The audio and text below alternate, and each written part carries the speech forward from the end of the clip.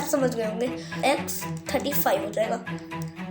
उसने काट दिया। अब हम लोग हमेशा के लिए क्या किसको ये अब हम लोग टाइप्स ऑफ ट्रायंगल्स की बात करेंगे। Scalene triangle. अब हम लोग कुछ इसमें रूल्स होते हैं जैसे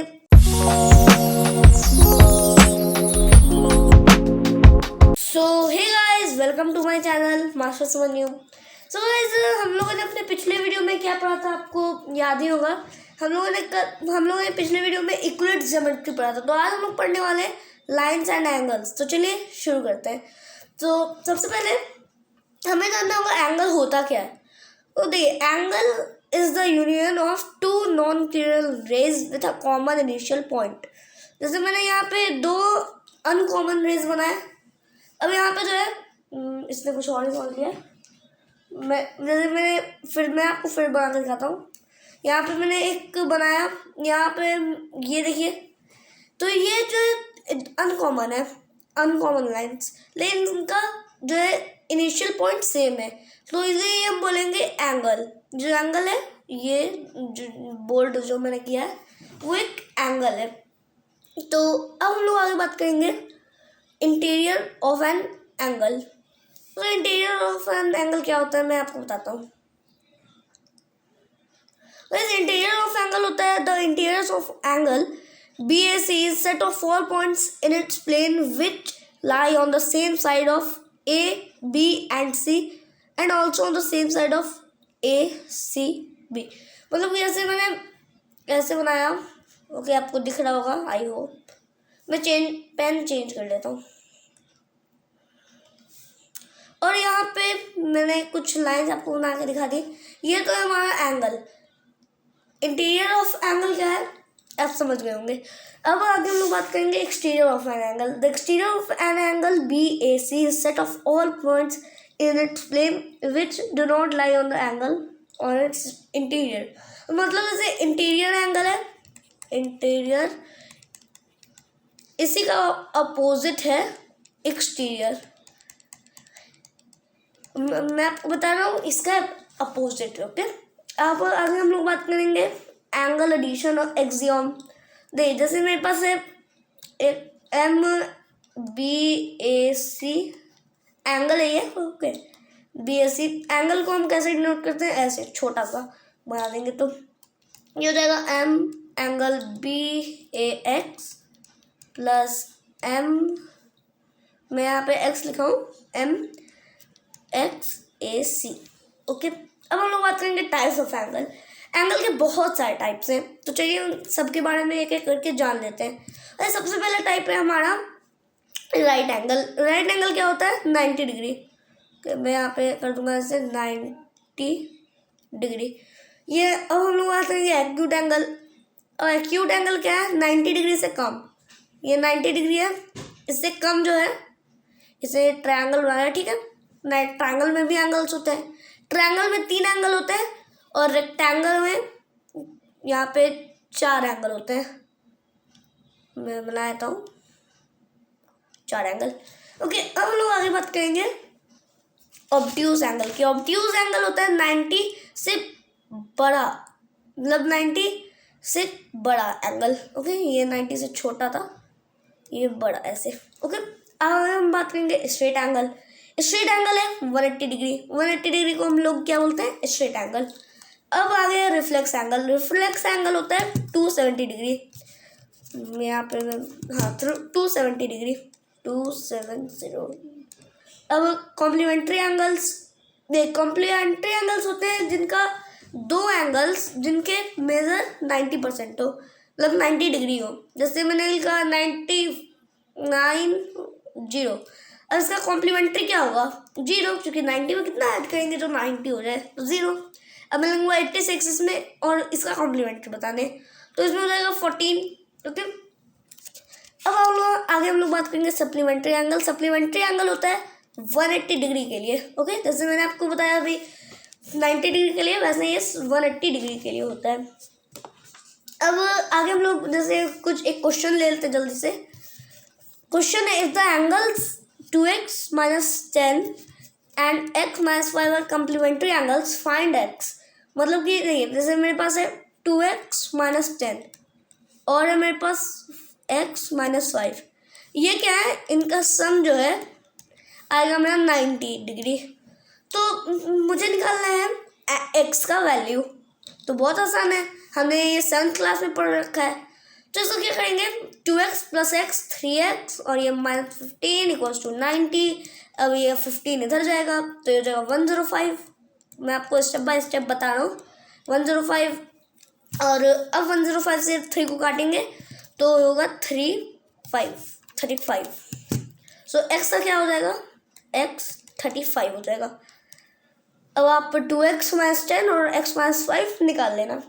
आगे हम लोग अब बात करेंगे सम एंगल रिलेशंस।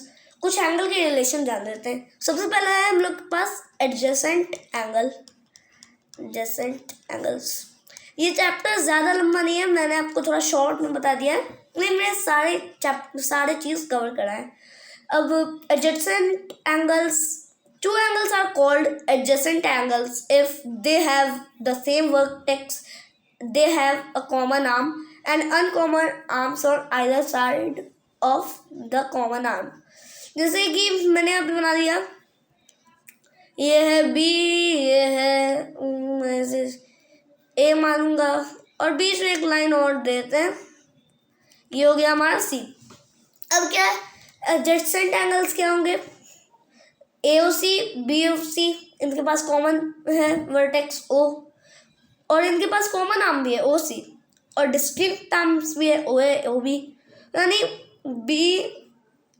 BOC और AOC एडजेसेंट एंगल्स है। ओके, आगे हम बात करेंगे लीनियर पेयर ऑफ एंगल्स। तो two adjacent angles are said to be form a linear pair of angles if their non-common are two opposite rays। मतलब कि जैसे आप यहाँ पे बना लो, मैंने यहाँ पे एक बना दिया, तो यहाँ पे ये पूरा होगा 180 डिग्री।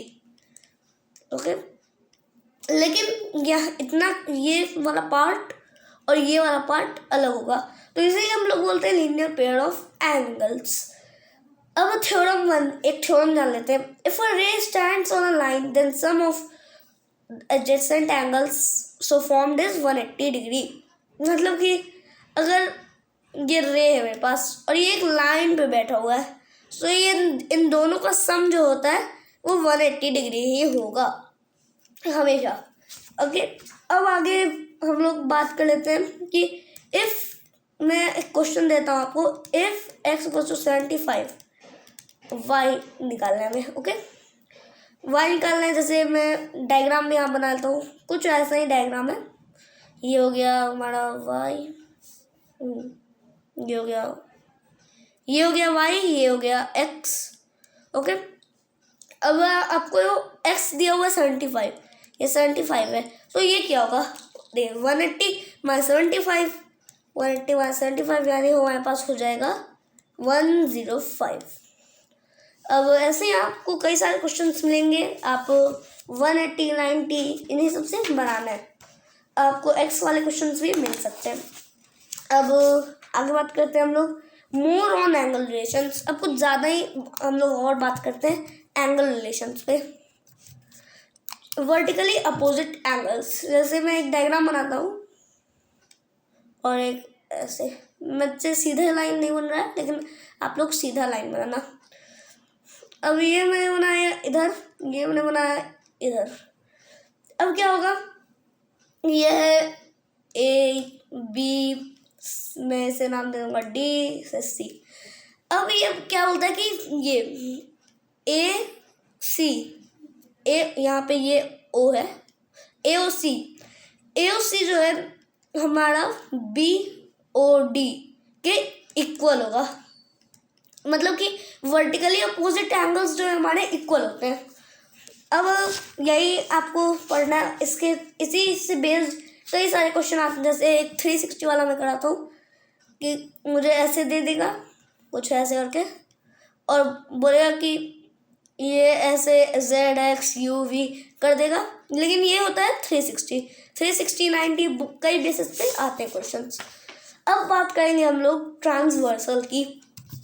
ट्रांसवर्सल क्या होता है, बीच से काट देता है ट्रांसवर्सल, जैसे आप बात कर रहे थे, जैसे ये लाइन है, ये दोनों लाइन अपने आपस में बात करते हैं, ट्रांसवर्सल ने मौका का फ़ायदा उठाया और बीच से काट दिया इन दोनों को।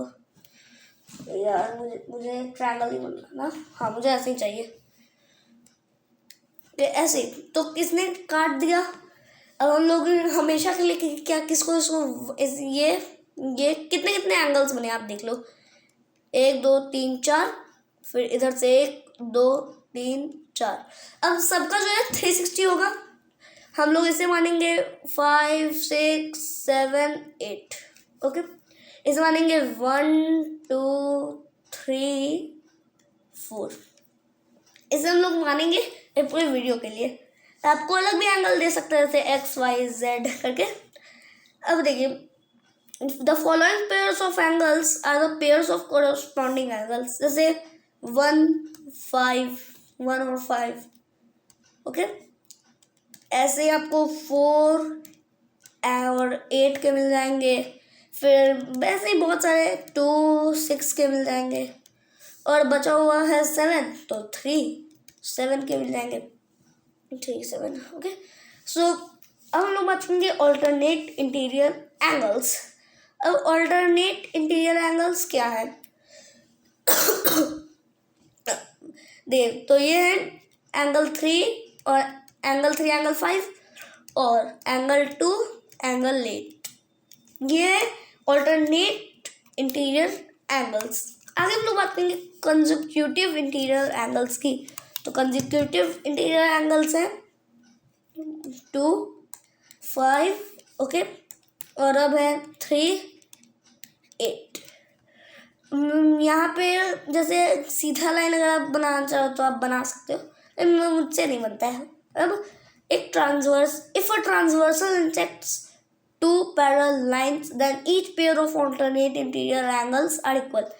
यानी ऑल्टरनेट इंटीरियर एंगल्स की हमने बात की थी, एंगल 3 एंगल 5 एंगल 2 एंगल 8, तो ये सब इक्वल होंगे अगर एक ट्रांसवर्सल जो है 2 लाइन्स में से काटता है। तो एंगल 2 एंगल 8 और एंगल 3 एंगल 5। और फिर आपका है थ्योरम 2, ये उल्टा है थ्योरम 1 का, ओके। और थ्योरम 3 है, if a transversal intersects 2 parallel lines then each pair of consecutive interior angles are equal। यानी consecutive interior angles की हमने लोगों ने बात की थी, एंगल 3 एंगल 8 एंगल 2 एंगल 5। सो ये भी इक्वल होंगे अगर ट्रांसवर्सल जो है काटता है इन्हें, इन 2 लाइन्स को। ये क्या आंसर है, तो मुझे ऐसा ही चाहिए, काट दिया, ओके। अब थ्योरम 4 है, उल्टा है इसका। अब जैसे आपको ये भी दे सकता है कि जैसे मैंने आपको बताया रिजल्ट, तो उससे आपको क्वेश्चन दे सकता है कि 1 दे देगा, बोलेगा कि 1 2 दे देगा, और फिर बोलेगा कि पूरा निकालो। तो आपको हम सबसे डील कर लेना है। अब ट्रायंगल क्या है? ट्रायंगल ये होता है, आप सभी ने पढ़ा है, ओके। तो ट्रायंगल जैसे कि क्या ऐसे बोल सकते हैं कि 3 lines bounded by each other, okay. ऐसे अब हम लोग टाइप्स ऑफ ट्रायंगल्स की बात करेंगे। स्केलेन ट्रायंगल, और जैसे स्केलेन ट्रायंगल में क्या होता है, ऐसे मैंने बना दिया, ओके। ये स्केलेन ट्रायंगल है क्योंकि इसका जो है दोनों साइड्स में से कोई इक्वल नहीं है, ये 2 साइड्स है, कोई इक्वल नहीं है, तो इसे हम लोग क्या बोलेंगे? इसे हम लोग बोलेंगे स्केलेन ट्रायंगल। आइसोसेलेस ट्रायंगल क्या होता है? जैसे मैंने बताया, ऐसे ऐसे ऐसे, थोड़ा देखिए थोड़ा सा बेकार बना है, लेकिन आप समझ लीजिएगा। आइसोसेलेस ट्रायंगल में 2 साइड्स इक्वल होते हैं, लेकिन तीसरा वाला इक्वल नहीं होता। अब इक्विलैटरल ट्रायंगल, इन सब का नाम तो सबने सुना है। इक्विलैटरल ट्रायंगल में तीनों इक्वल होते हैं, और कोई भी इक्वल ना हो इसका कोई चांस ही नहीं है इक्विलैटरल ट्रायंगल में। अब ये तो हमने साइड्स के इक्वालिटी के बेसिस पे की, लेकिन अब जल्दी से हम लोग एंगल के भी पे कर लेते हैं। एक्यूट ट्रायंगल, जैसे मैंने यहाँ पे बना दिया। एक्यूट ट्रायंगल क्या होता है? 180 होता है इसके सम ऑफ एंगल्स। तो एक्यूट ट्रायंगल वो होता है जिसमें सब में जो है 90 से कम ही हो सबका एंगल, तीनों साइड्स का। अब होता है राइट एंगल। सो राइट एंगल में क्या होता है हमारा, ये कुछ और ही बन गया। तो राइट एंगल में हमारा होता है कुछ ऐसे कि एक तरफ 90 है और बाकी तरफ कितना भी है, जैसे 30 और इधर 60। तो अब ऑब्ट्यूज ट्रायंगल भी वैसे ही होता है। अब एंगल प्रॉपर्टी सब मैंने आपको बता दिया। अब कुछ थ्योरम्स हैं उसी के बारे में। अब जैसे आपको दे देगा कि एंगल बी एक ट्रायंगल में है 105 डिग्री और एंगल सी है 50 डिग्रीज। सो अब आपको एंगल ए निकालना है। तो एंगल ए क्या हो जाएगा 180 माइनस दोनों का सम हो जाएगा 155। तो आप इसे माइनस करिएगा और 25 डिग्री आएगा। तो एंगल ए हो जाएगा हमारा 25 डिग्रीज। ऐसे हम वो एक्स से भी दे सकता है, रेशियो से दे सकता है। अब हम लोग आगे बात करेंगे exterior angles of a triangle. हमने एक्सटीरियर एंगल्स पिछले वीडियो में बात की थी। अब जैसे मैंने एक ट्रायंगल बना दिया, ऐसे है ये ट्रायंगल, ओके, और यहाँ पे ये जुड़ रहा है, मैंने इधर से निकाला, ओके। सो ये हमारा है अच्छा ट्रायंगल। और इसका जो ये दो एंगल्स है ना, जैसे ये हो गया हमारा सी डी ए बी, तो ये सब जो है ये दोनों एंगल हमारे एक्सटीरियर एंगल हो जाएंगे।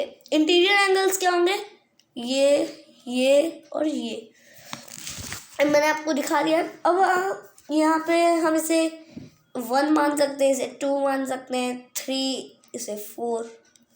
इसका तो अभी बाद ही कंप्लीट करते हैं, ओके। इसे मैंने हटा दिया।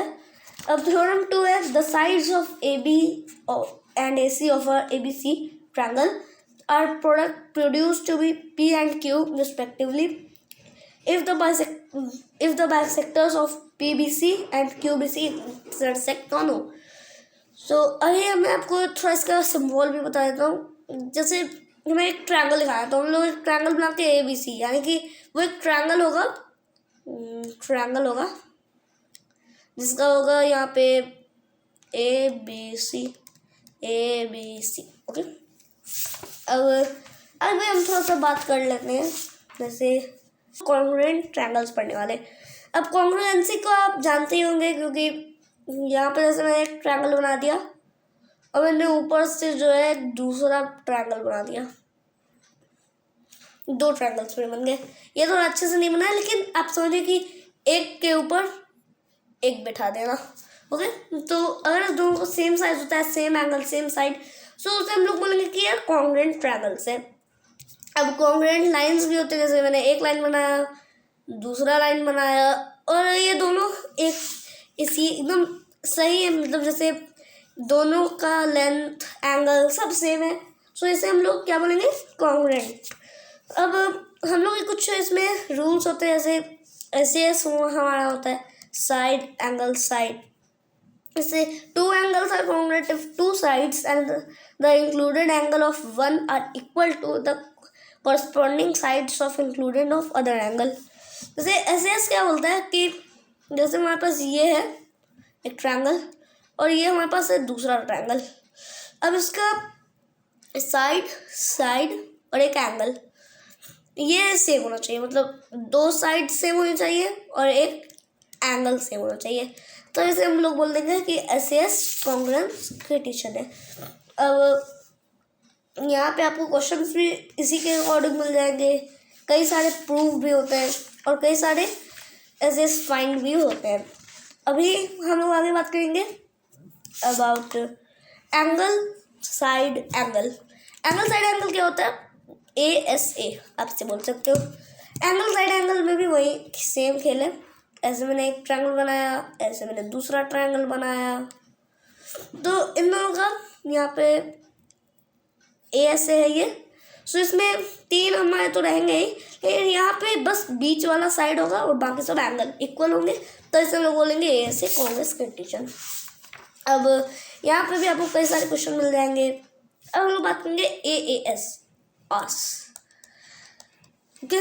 अब यहाँ पे ये क्रिटिशन है कॉन्ग्रुएंस का, और इसमें वही सेम, मैंने क्या बना दिया, वही सेम है ये इसमें भी, कि जैसे मैंने 2 ट्रायंगल बनाया। ओके, अब यहाँ पे ए एस, तो ये जो है साइड है, ये दोनों साइड और बाकी दोनों एंगल सेम होते हैं, तो इसे हम लोग बोलेंगे ए ऐसे क्रिटिशन है। अब ऐसे आपको कई सारे और भी मिलेंगे।